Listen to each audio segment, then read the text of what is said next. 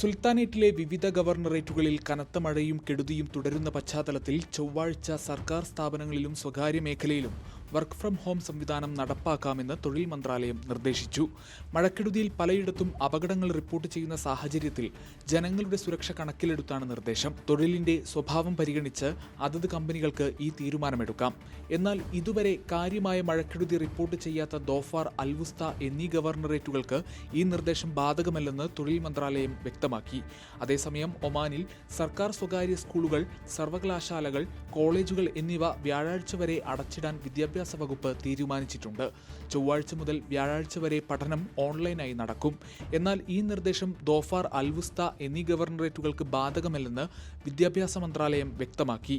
ഒമാനിൽ തിങ്കളാഴ്ച വരെ പെരുന്നാൾ അവധി പ്രഖ്യാപിച്ചിരുന്നു. നിലവിൽ മഴക്കെടുതികളുടെ സാഹചര്യത്തിൽ ചൊവ്വാഴ്ച വിദ്യാഭ്യാസ സ്ഥാപനങ്ങൾ തുറക്കുന്നത് ഒഴിവാക്കാൻ അധികൃതർ തീരുമാനിക്കുകയായിരുന്നു.